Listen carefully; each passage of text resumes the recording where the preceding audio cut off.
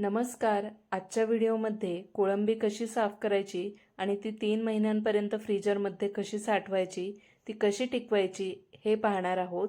Step by step पूर्ण video मी यूट्यूबला upload केलेला आहे, तर ते नक्की चेक करा.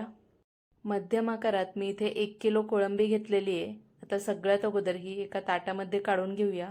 सगळ्यात अगोदर डोक्याच्या वरची अशी ही साल काढून घेऊया आणि डोळ्यांचा खालचा भाग थोडासा कट करून घेऊया.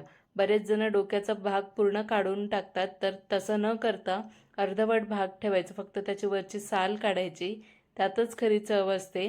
त्यानंतर अशी एक वरून कट मारून त्यातून हा काळा धागा दिसतो, जी कोळंबीच्या पोटातली घाण आहे ती काढून टाकायची आणि शेपटीचा भागसुद्धा काढून टाकायचा. जर शेपटीचा भाग तुम्हाला ठेवायचा असेल तर तुम्ही ठेवू शकता.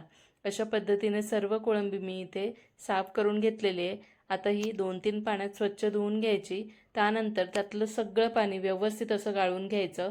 जर तुम्ही त्यात पाणी ठेवलं तर कोळंबी लवकर खराब होऊ शकते फ्रीजरमध्ये सुद्धा. आता कोळंबी एका ताटात काढून घ्यायची. त्यात 1 चमचा हळद आणि 1 चमचा मीठ घालून हे हळद मीठ पूर्ण कोळंबीला व्यवस्थित असं लावून घ्यायचं. त्यानंतर एखाद्या हवाबंद डब्यामध्ये ही कोळंबी भरायची. फ्रीजरचं तापमान -18°C असलं पाहिजे. त्या तापमानावरच तुम्हाला ही कोळंबी स्टोअर करून ठेवायची आहे. त्यासोबतच हवाबंद डब्यामध्ये ठेवायची.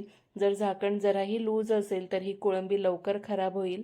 त्यावर बर्फ साचायला नको, त्यामुळे -18°C वर ही कोळंबी साठवून ठेवायची.